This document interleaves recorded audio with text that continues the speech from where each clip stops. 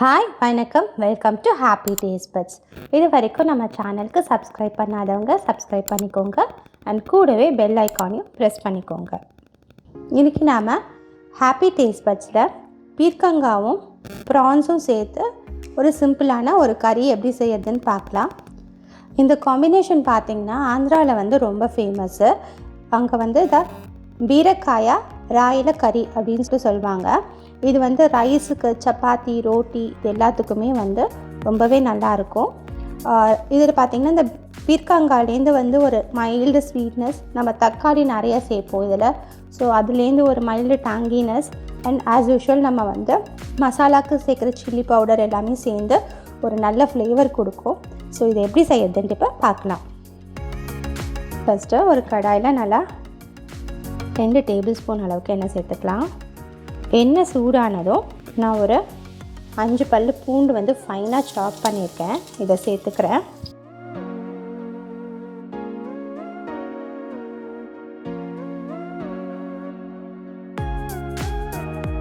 அடுத்து ஒரு பெரிய சைஸ் ஆனியன் ஃபைன்லி சாப் அண்ட் ஒரு கொத்து கருவேப்பிலை இதையும் சேர்த்துக்கலாம். ஆனியன் லைட் ப்ரௌன் கலர் வர வரைக்கும் வதக்கிக்கலாம்.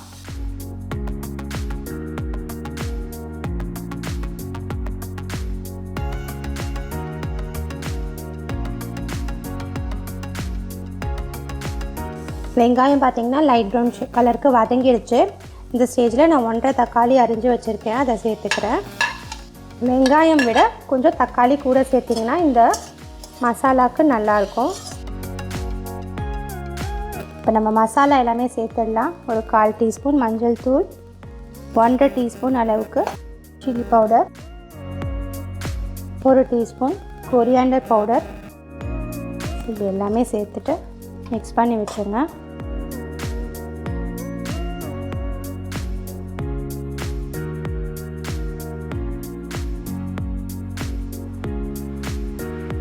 இப்போ இந்த ரெசிபிக்கு தேவையான உப்புலாம் நான் பாதி உப்பு சேர்க்குறேன்.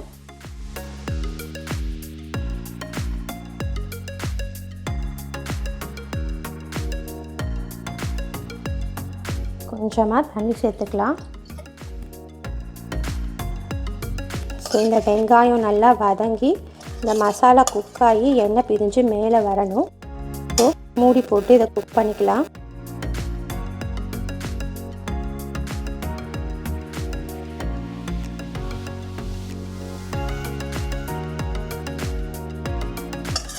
தக்காளி நல்லா மேஷ் ஆகிற அளவுக்கு குக் ஆகிடுச்சு. ஸோ இந்த ஸ்டேஜில் நம்ம பீர்க்கங்காவை சேர்த்துடலாம். ஒரு பீர்க்கங்காய் குட்டி குட்டியாக கட் பண்ணி எடுத்து வச்சுருக்கேன், அதை சேர்த்துடலாம்.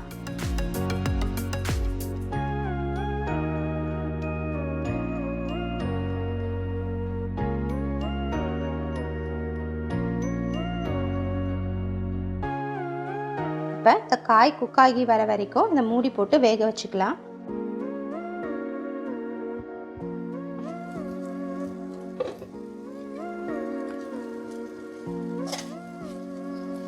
காய் நல்லா குக் ஆகிடுச்சு.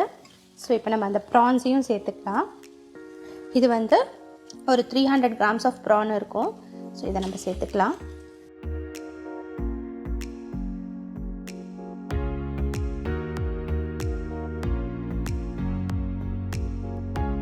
ஒரு சின்ன துண்டு புளி, ஜஸ்ட் ஒரு டேபிள் ஸ்பூன் அளவுக்கு நான் புளி தண்ணி சேர்க்குறேன். இது ஆப்ஷனல், பட் இது நல்லா டேஸ்ட்டை என்ஹான்ஸ் பண்ணி கொடுக்கும். ட்ரை பண்ணி பாருங்கள்.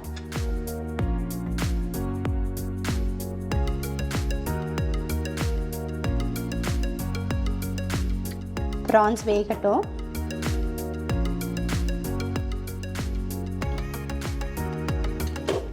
ப்ரான்ஸ் வெந்துருச்சான்னு செக் பண்ணிக்கலாம். ப்ரான் சூப்பராக வெந்துருச்சு. இந்த ஸ்டேஜில் சீசனிங் செக் பண்ணிக்கோங்க, சால்ட் கரெக்டாக இருக்கான்ட்டு. சால்ட்டு தேவைப்பட்டுச்சுன்னா இந்த ஸ்டேஜில் சேர்த்துக்கலாம். நான் இன்னொரு 1/4 டீஸ்பூன் சேர்க்குறேன், எனக்கு கம்மியாக இருக்குது. 1/2 டீஸ்பூன் போல் கரம் மசாலா சேர்த்துக்கலாம். இந்த ஸ்டேஜில் ஃப்ளேமை ஸ்விட்ச் ஆஃப் பண்ணிடுங்க. ஸ்விட்ச் ஆஃப் பண்ணிவிட்டு கார்னிஷிங்க்கு கொஞ்சமாக கருவேப்பிலை அண்ட் கொத்தமல்லி அதான் நம்மளோட கிரேவி ரெடி ஆயிடுச்சு. இதை பிளேட் பண்ணிவிட்டு பார்க்கலாம்.